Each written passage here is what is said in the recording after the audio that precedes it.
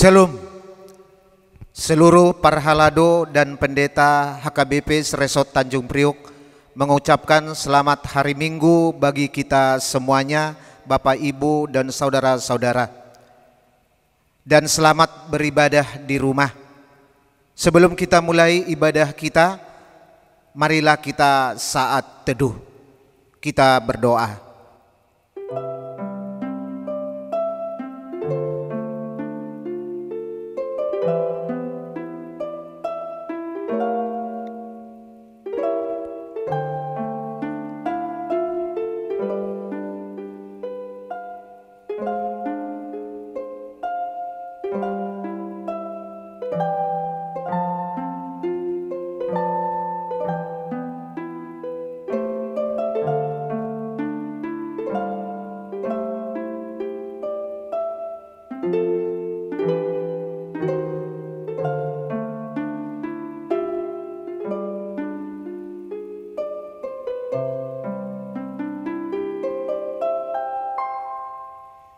Amin. Kita bernyanyi dari buku nyanyian HKBP nomor 588, ayatnya yang pertama dan ayatnya yang kelima.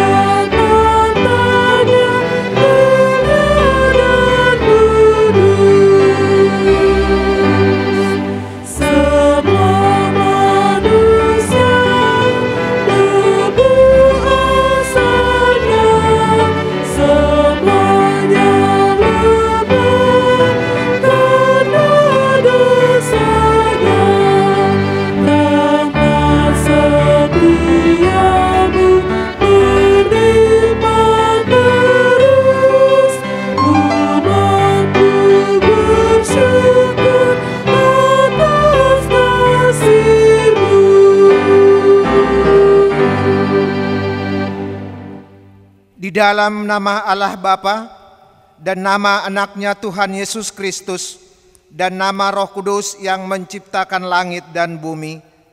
Amin. Berpalinglah kepadaku dan kasihanilah aku, sebab aku sebatang kara dan tertindas. Kepadamu ya Tuhan ku angkat jiwaku, Allahku kepadamu aku percaya. Haleluya.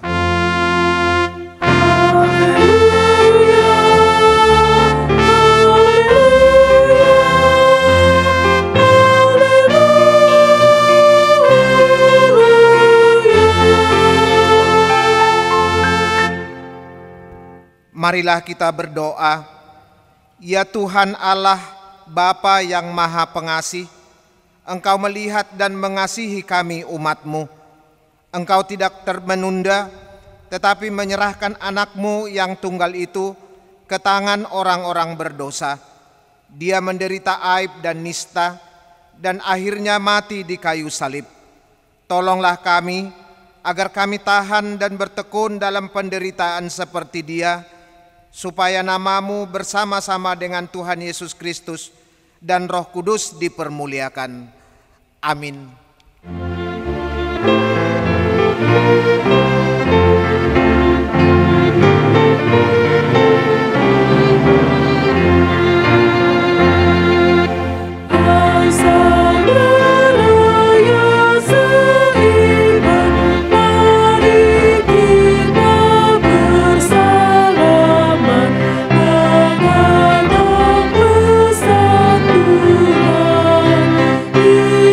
Inilah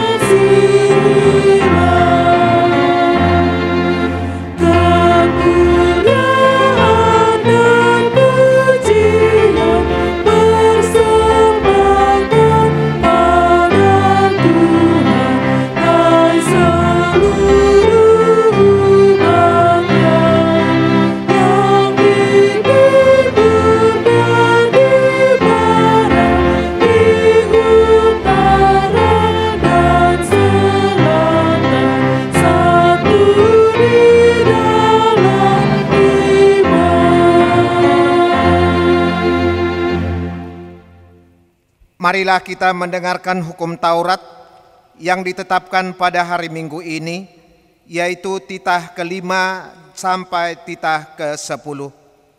Titah kelima, hormatilah ayah dan ibumu, supaya lanjut umurmu di bumi yang diberikan Tuhan Allah kepadamu. Titah ke-6, jangan engkau membunuh. Titah ke-7, jangan engkau berzina. Titah ke-8, jangan engkau mencuri.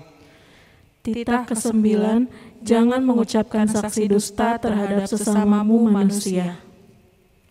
Titah ke-10, jangan mengingini rumah semasamamu, jangan mengingini istrinya, atau hambanya laki-laki, atau hambanya perempuan, atau lembunya, atau keledainya, atau apapun yang dimiliki sesamamu. Demikian hukum Tuhan, marilah kita meminta kekuatan dari Tuhan Allah. Ya Tuhan Allah, kuatkanlah kami melakukan yang sesuai dengan hukum-Mu. Amin.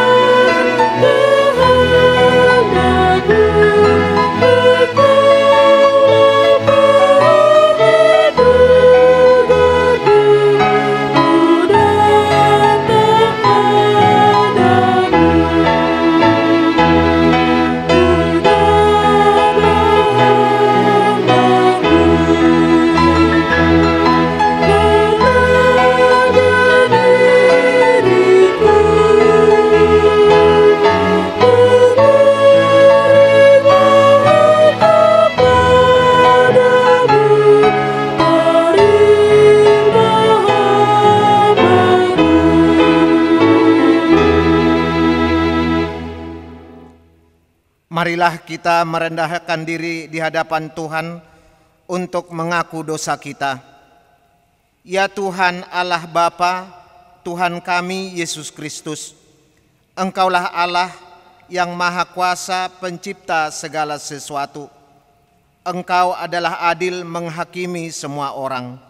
Kami datang ke hadapan-Mu mengaku segala dosa kami yang kami lakukan karena melanggar hukum-Mu, baik melalui perkataan kami yang tidak benar, maupun karena nafsu keinginan duniawi yang selalu mempengaruhi kami. Kami patut mendapat murka Tuhan akibat dosa kami itu, tetapi Engkau adalah Tuhan pengasih dan penyayang. Kasihanilah kami, ampunilah segala dosa-dosa dan kesalahan kami di dalam Anak-Mu Tuhan Yesus Kristus. Karuniakanlah kami Roh Kudus, agar kami setia mengikuti Engkau di dalam kebenaran dan kekudusan dan memperoleh hidup yang kekal yang Tuhan janjikan bagi setiap orang percaya kepada Anak-Mu Yesus Kristus dan Juru Selamat kami. Amin.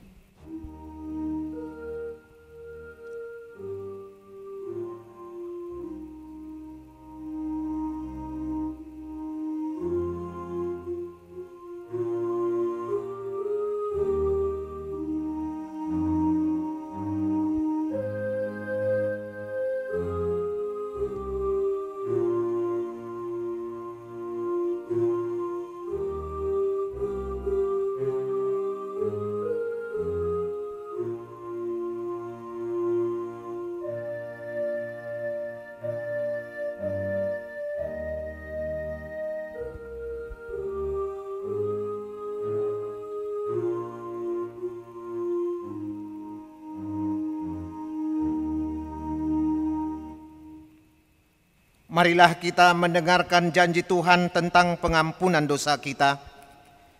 Sekalipun dosamu merah seperti kermisi, akan menjadi putih seperti salju. Sekalipun berwarna merah seperti kain kesumba, akan menjadi putih seperti bulu domba. Kemuliaan bagi Allah di tempat yang maha tinggi. Amin. Amin.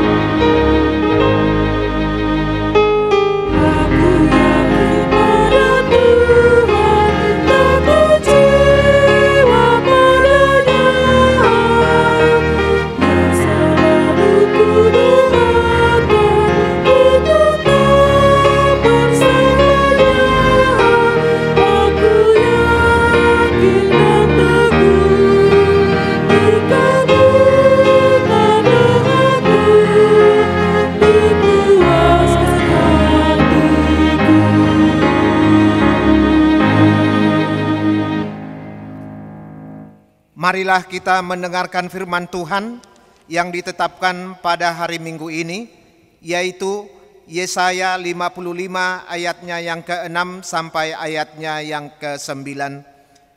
Mari kita baca secara responsoria. Carilah Tuhan selama ia berkenan ditemui, berserulah kepadanya selama ia dekat. Baiklah orang fasik meninggalkan jalannya, dan orang jahat meninggalkan rancangannya. Baiklah ia kembali kepada Tuhan, maka Dia akan mengasihaninya. Dan kepada Allah kita, sebab Ia memberi pengampunan dengan limpahnya. Sebab rancanganku bukanlah rancanganmu, dan jalanmu bukanlah jalanku, demikianlah firman Tuhan. Seperti tingginya langit dari bumi, demikianlah tingginya jalanku dari jalanmu, dan rancanganku dari rancanganmu. Demikianlah pembacaan firman Tuhan. Berbahagialah orang yang mendengarkan firman Allah serta memeliharanya. Amin.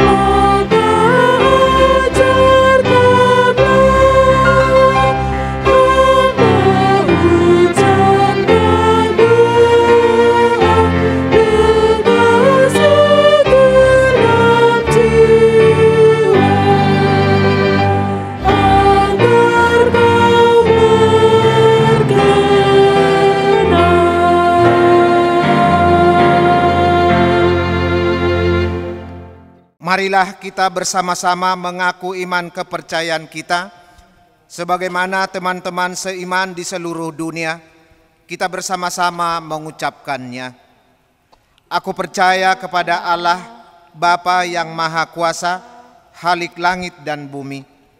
Aku percaya kepada Yesus Kristus, Anaknya yang tunggal Tuhan kita, yang dikandung daripada Roh Kudus, lahir dari anak darah Maria, yang menderita sengsara di bawah pemerintahan Pontius Pilatus, disalibkan, mati dan dikuburkan, yang turun ke dalam kerajaan maut, pada hari yang ketiga bangkit pula dari antara orang mati, naik ke surga, duduk di sebelah kanan Allah Bapa yang Maha Kuasa. Dari sana akan datang kelak untuk menghakimi orang yang hidup dan yang mati. Aku percaya kepada Roh Kudus dan adanya satu gereja yang kudus dan persekutuan orang kudus, pengampunan dosa, kebangkitan daging, dan hidup yang kekal. Amin.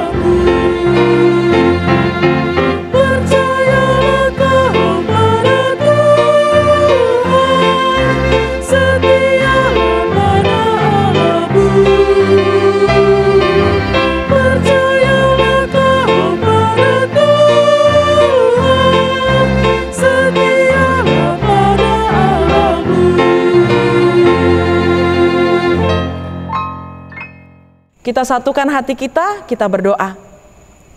Damai sejahtera Allah yang melampaui segala akal, itulah kiranya yang memelihara hati dan pikiranmu sekalian di dalam Kristus Yesus Tuhan kita. Amin. Horas, Shalom untuk seluruh Bapak dan Ibu, bahkan seluruh jemaat yang mengikuti ibadah Minggu online dari kanal YouTube HKBP Tanjung Priuk.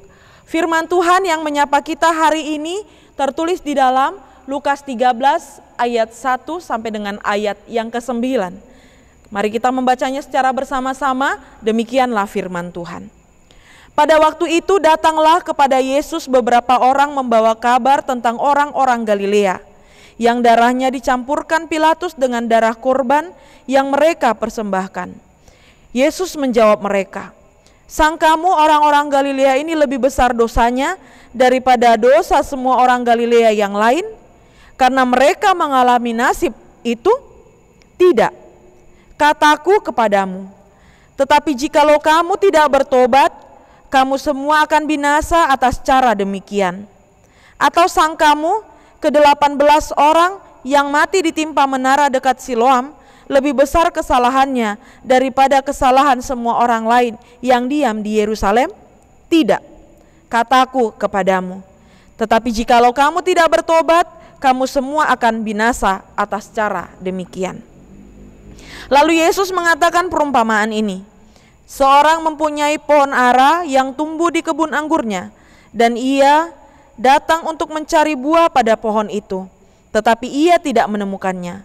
Lalu ia berkata kepada pengurus kebun anggur itu, "Sudah 3 tahun aku datang mencari buah pada pohon ara ini, dan aku tidak menemukannya. Tebanglah pohon ini.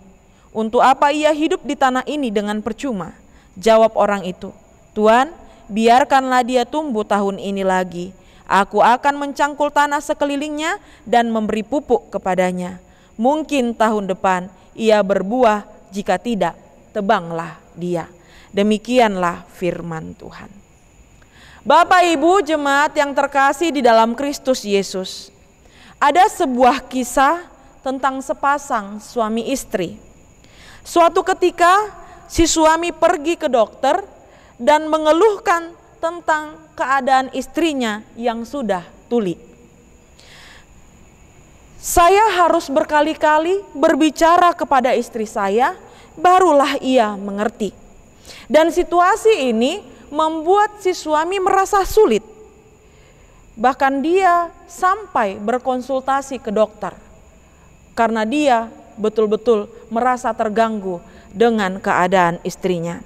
Kemudian sang dokter memberikan usul demikian, Dokter berkata kepada sang suami, coba engkau berbicara kepada dia, kepada istrimu dengan jarak 10 meter. Jika istrimu tidak ada respon, maka kemudian engkau semakin mendekat dengan jarak 5 meter.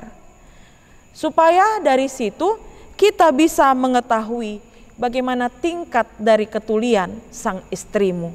Demikian kata dokternya. Kemudian ketika sampai di rumah, sang suami langsung mencobanya. Pertama, dia mencoba dari jarak 10 meter.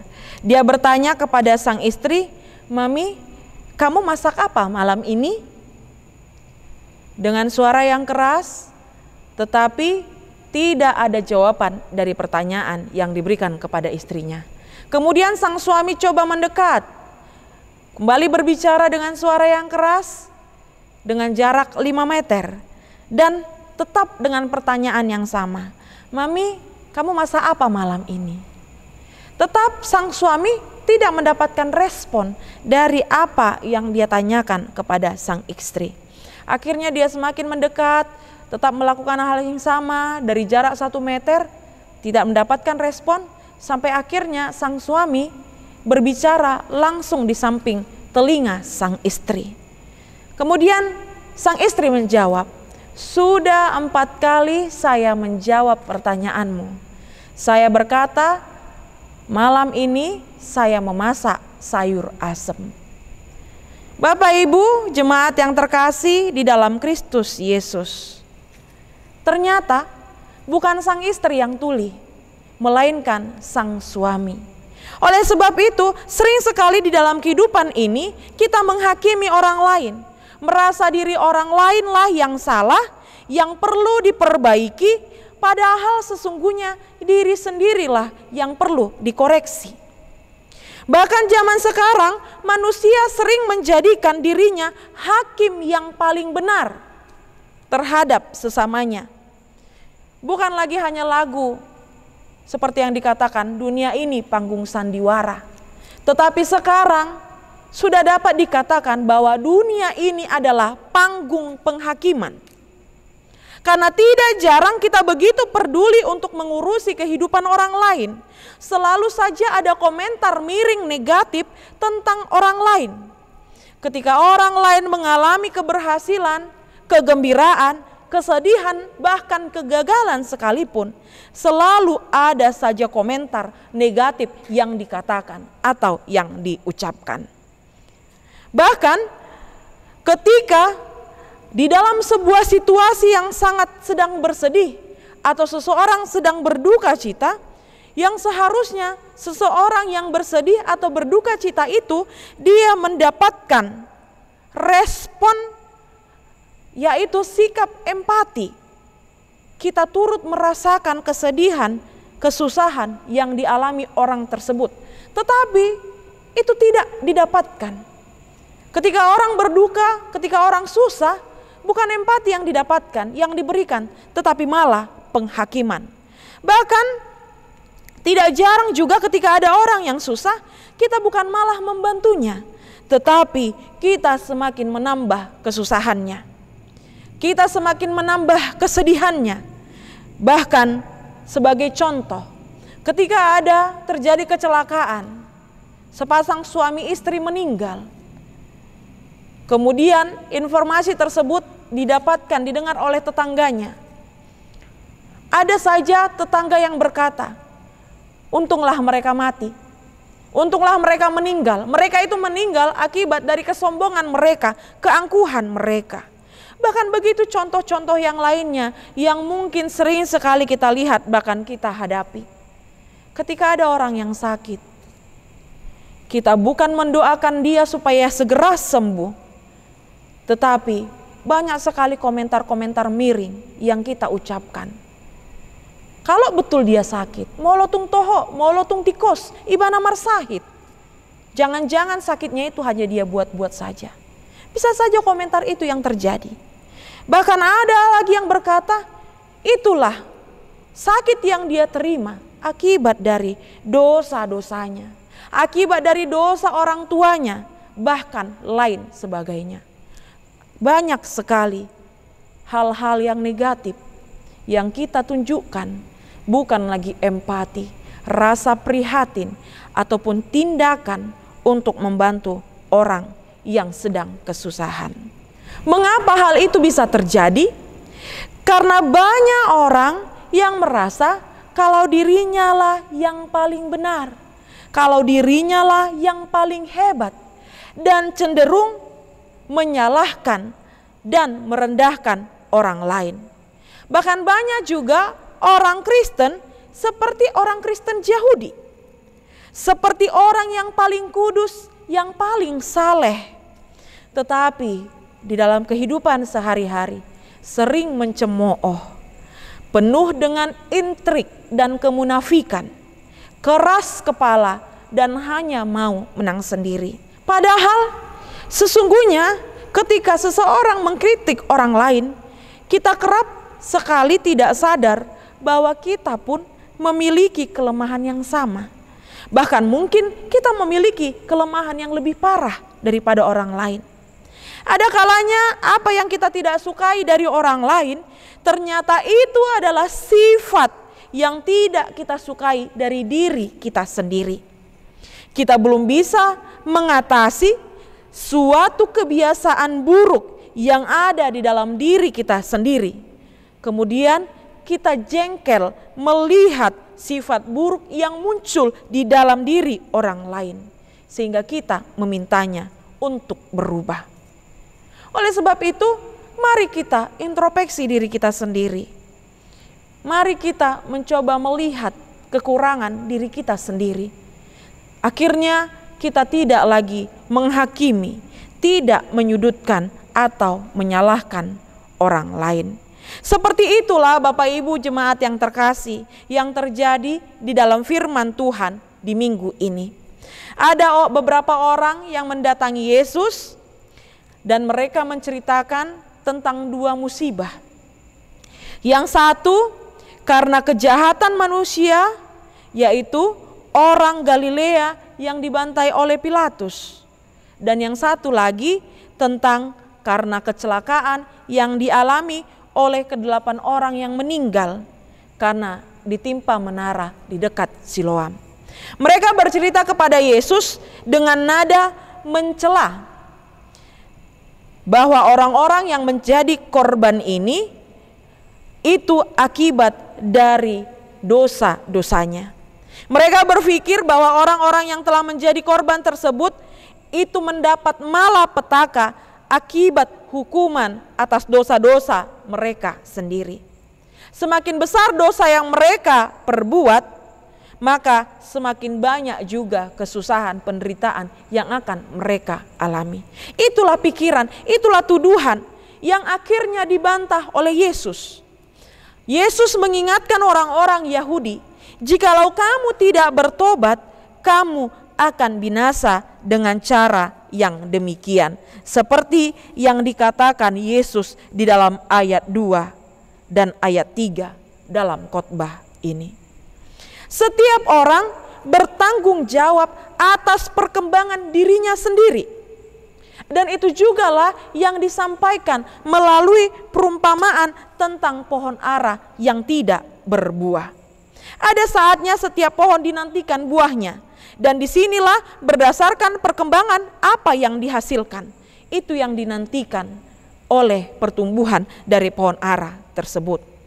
Oleh sebab itu, jangan kita asik hanya mengurusi kehidupan orang lain.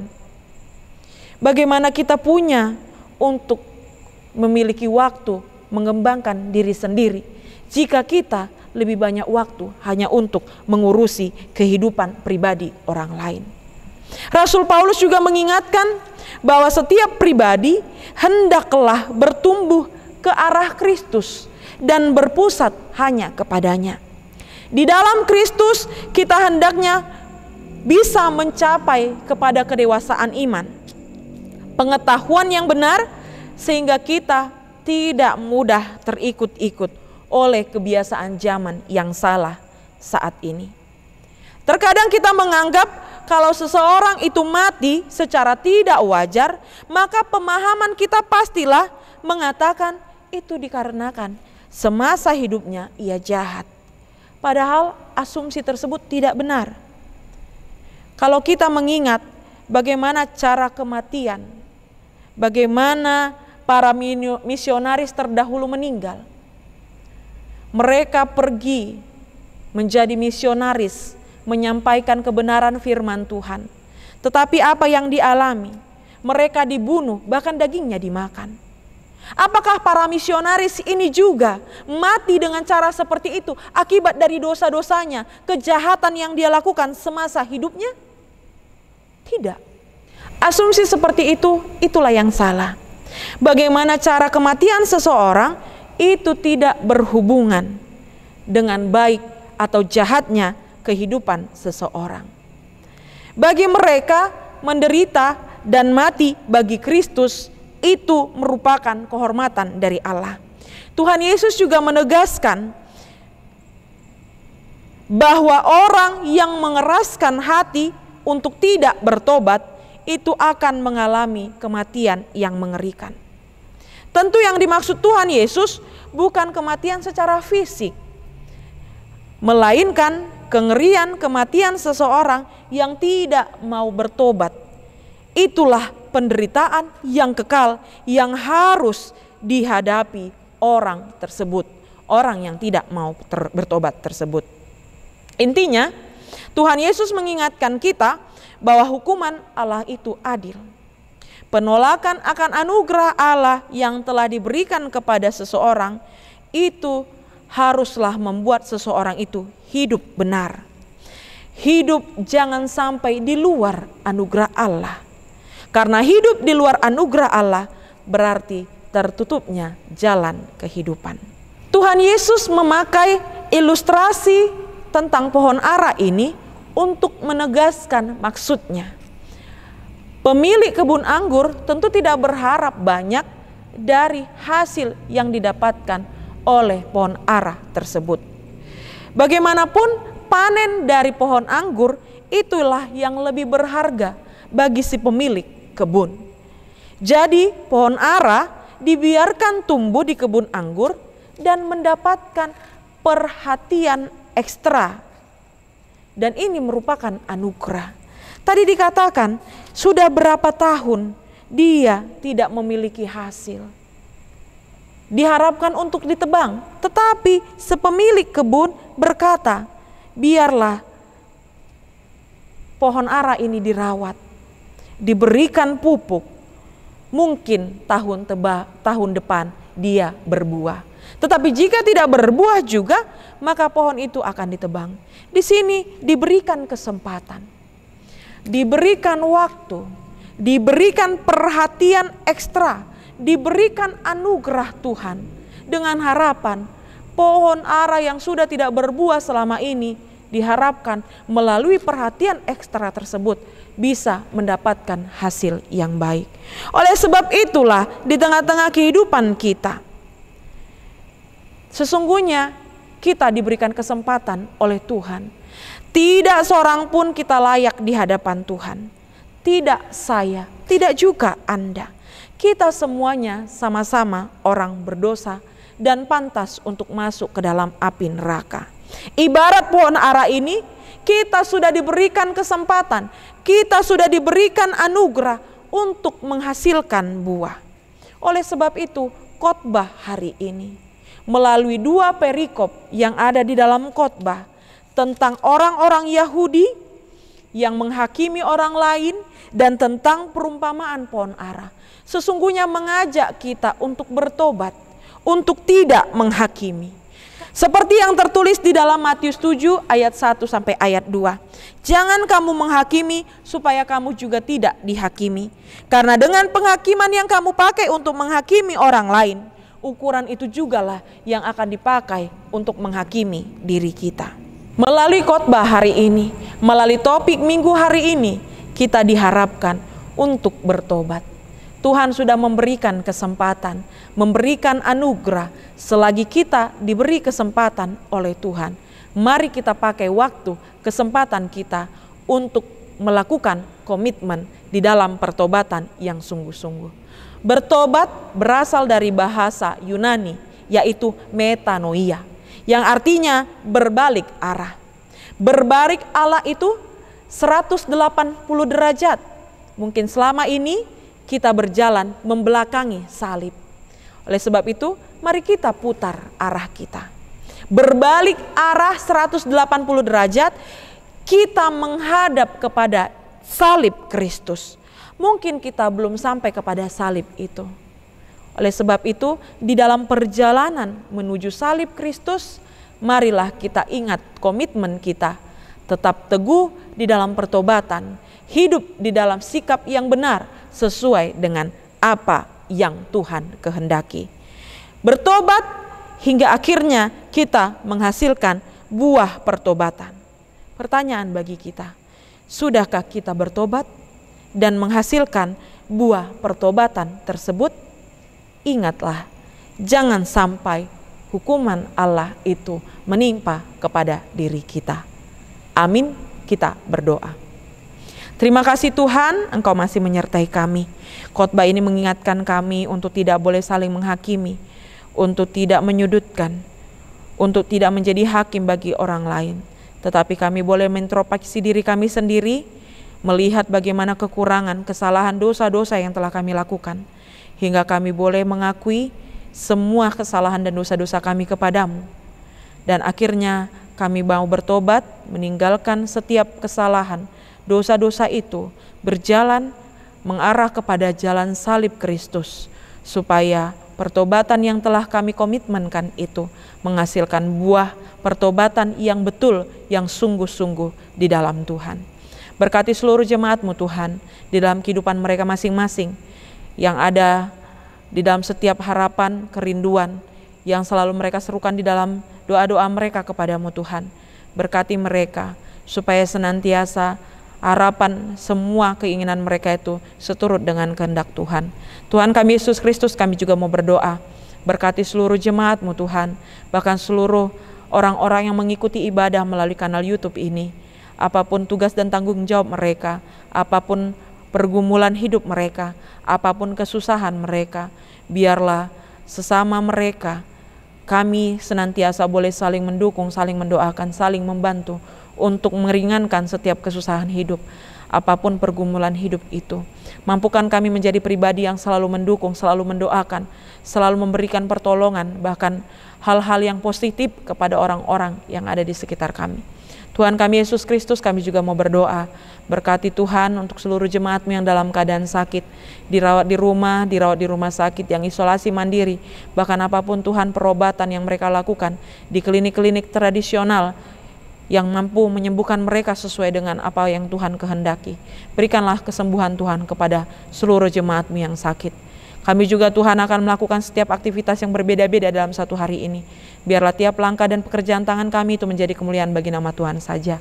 Hapuskan segala dosa kesalahan kami. Di dalam Kristus Yesus kami berdoa. Amin.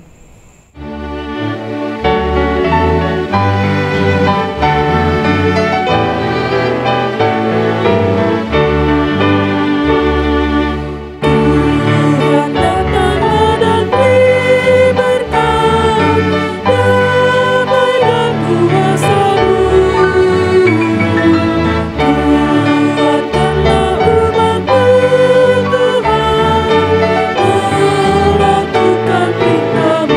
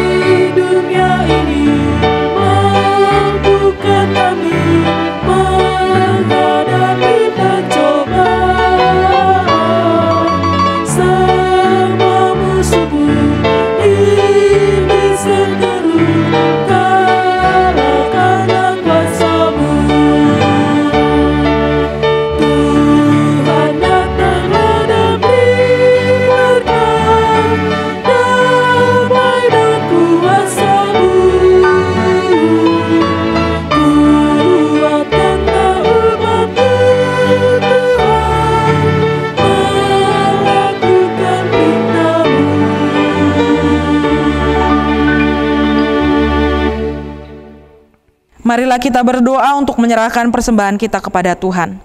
Ya Allah Bapa kami yang di surga, kami mengaku bahwa Tuhan adalah sumber dari segala karunia yang melimpah dalam kehidupan kami masing-masing.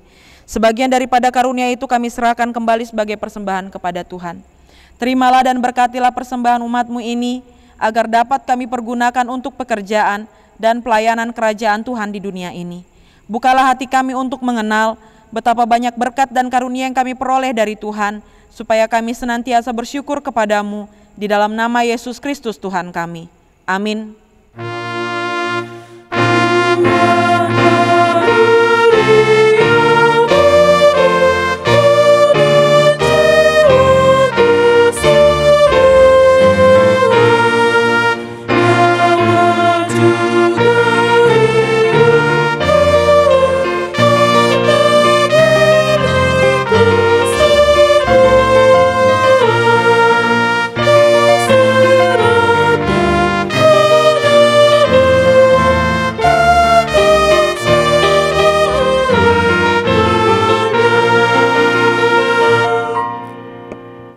Bapa kami yang di surga, dikuduskanlah namamu, datanglah kerajaanmu, jadilah kehendak-Mu di bumi seperti di surga. Berikanlah kami pada hari ini makanan kami yang secukupnya, dan ampunilah kami akan kesalahan kami, seperti kami juga telah mengampuni orang yang bersalah kepada kami.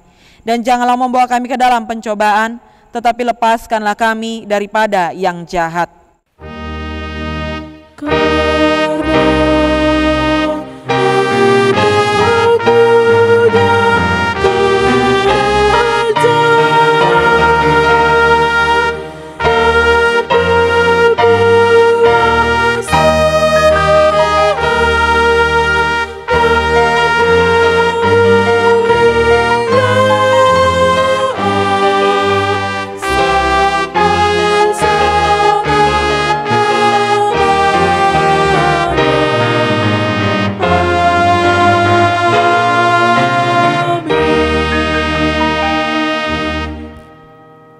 Terimalah berkat Tuhan.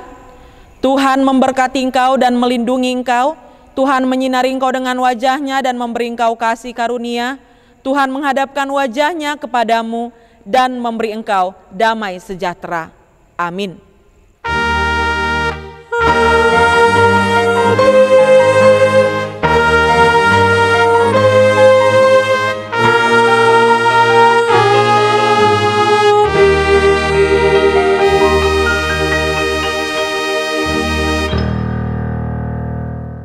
Bapak Ibu, jemaat yang terkasih, terimalah salam selamat hari Minggu dari kami seluruh jemaat dan majelis yang melayani di HKBP Tanjung Priuk, Resort Tanjung Priuk.